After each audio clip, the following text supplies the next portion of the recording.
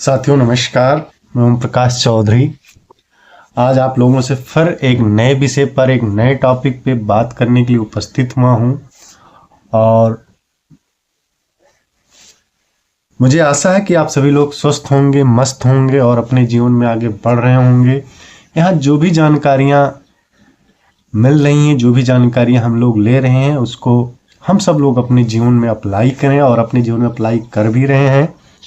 और इसकी जानकारी हमें ज़्यादा से ज़्यादा लोगों के बीच शेयर करनी है। हमें क्यों करनी है? क्योंकि ज़्यादा से ज़्यादा लोग अपने स्वास्थ्य के प्रति जागरूक रहें, ज़्यादा से ज़्यादा लोग अपने स्वास्थ्य के प्रति सचेत रहें, जिससे कि वो आरोग्य की तरफ बढ़ सकें, बीमारियों से बच सकें और एक स्वस्थ भारत का निर्माण हो सके।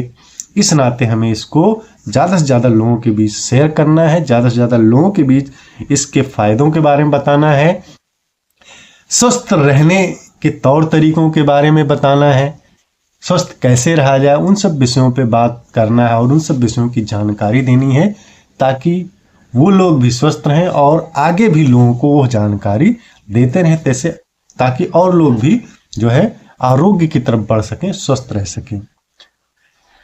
तो चलते हैं हम लोग अपने टॉपिक पे। और सबसे पहले जो है आप सभी लोगों का स्वागत है, वेलकम है इस मॉर्निंग न्यूट्रिशन के प्रोग्राम में, सुबह के पोषण के प्रोग्राम में। और आज की अगर मैं बात करूं तो पिछले कई वीडियोस में हम लोगों ने भोजन के बारे में, नींद के बारे में, व्यायाम के बारे में हम लोग बात कर चुके हैं। आज जो हम लोग बात करेंगे भोजन की आदत और कैफीन का सेवन। ठीक है, कैफीन के सेवन से हमारे शरीर की घड़ी पर क्या प्रभाव पड़ता है, हम लोग आज उसके बारे में बात करते हैं। तो चलिए हम लोग आते हैं अपने टॉपिक पे। तो साथियों, जैसे मैंने पहले बात किया कि आज जो हम लोगों का टॉपिक है भोजन की आदतें, कैफीन का सेवन और हमारी शारीरिक घड़ी पर उनका क्या प्रभाव पड़ता है, इन सब विषयों के ऊपर बात करेंगे। कैफीन का सेवन हमें कब करना चाहिए, किस समय करना चाहिए, इन सब विषयों में हम लोग आगे के और वीडियोज में बात करेंगे। तो आते हैं, ठीक है। जैसा कि हम लोग फूड्स हैबिट्स के बारे में जान गए हैं, खाने की आदतों के बारे में जान चुके हैं, ठीक है। और खाने की आदतों के बारे में इसके पहले भी जो अध्याय था उसमें भी हम लोग जानकारी ले चुके हैं। और आज हम लोग जो बात करेंगे वो बात करेंगे कैफीन के बारे में। हम लोग जानेंगे कि कैफीन का सेवन हम सब लोग ज़्यादातर करते होंगे, चाय कॉफ़ी वगैरह हम सब लोग सेवन करते हैं। तो उन सबको या हम सबको बात करें तो यह जानना बहुत ज़रूरी है कि हमें कैफीन लेना बुरा है या सही है। लेकिन कैफीन अगर आप गलत समय पर ले रहे हैं तो उसका एक शरीर को एक गलत इम्पैक्ट जा सकता है, उस शरीर को प्रभावित कर सकता है और हमारे शरीर की घड़ी को भी प्रभावित कर सकता है। तो चलते हैं हम लोग और आगे कैफीन के प्रभाव के बारे में बात करेंगे हम लोग कि कैफीन का क्या प्रभाव पड़ता है हमारे शरीर के ऊपर। तो हम सब लोग एक उदाहरण से समझेंगे कि एक उदाहरण है। यहाँ पर कार और रेड लाइट आप लोग देख रहे होंगे। तो यह एक हमारा कार है, वह जा रहा है और सामने से रेड लाइट हो गई और वह वहां रुकने वाला था, यानी सिग्नल पे गाड़ी रुकने वाली थी, लेकिन एकदम से ग्रीन लाइट हो गई। जैसे आप लोगों ने अनुभव किया होगा कि कहीं आप जा रहे हो, सिग्नल रेड लाइट है और वहां पहुंचते पहुंचते ब्रेक लगाते लगाते जो है लाइट ग्रीन हो गई। अब क्या हो गया, कार को लगा अब हमें जाना है, यानी आप ब्रेक लगाए रुकने के लिए और एक ग्रीन लाइट हो गई तो आपको जाना है। तो उसने क्या किया, अपना स्पीड बढ़ा दिया। जाहिर सी बात है, अगर आप सिग्नल पे खड़े हैं तो आगे निकलने के लिए स्पीड बढ़ाएंगे, तो उसने स्पीड बढ़ा दिया। लेकिन ये तो गलत सिग्नल था, यानी उस समय जो सिग्नल मिला वो गलत सिग्नल था, क्योंकि गलत सिग्नल ने क्या किया, कार की गति को बढ़ा दी, कार की स्पीड को बढ़ा दी। लेकिन एक गलत सिग्नल कहां से आया, यह आप इसको ले सकते हैं कैफीन से। ये जो गलत सिग्नल आया यह कैफीन से। अब ये ग्रीन सिग्नल का काम कर रहा है कैफीन। कैफीन ने क्या किया, ग्रीन सिग्नल दे दिया जो हमने गलत समय पर दे दिया, यानी हमारे शरीर को गलत समय पर सिग्नल मिल गया।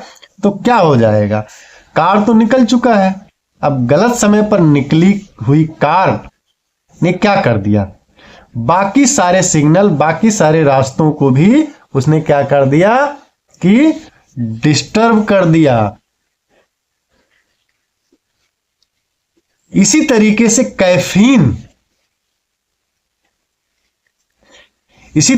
कैफीन जो है हमारे शरीर में, हमारे मस्तिष्क को क्या करता है, अलर्ट रखने का काम करता है।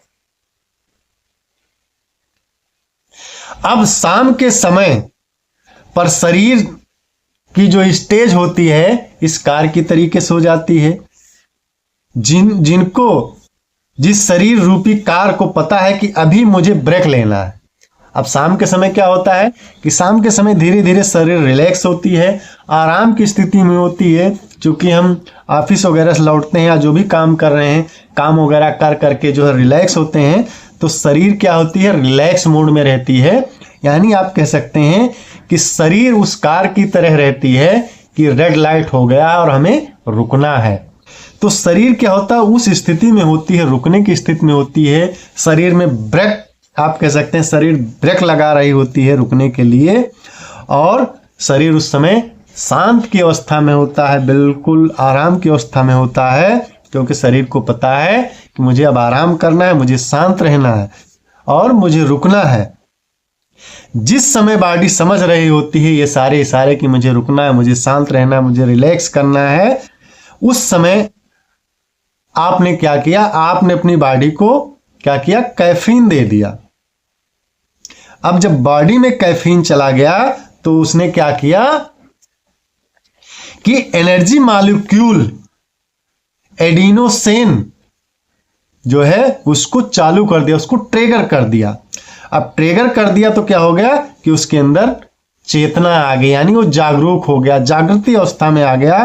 अब एडिनोसिन क्या करता है, एडिनोसिन क्या करता है, शरीर को बोलता है कि भैया एक्टिव हो जाओ।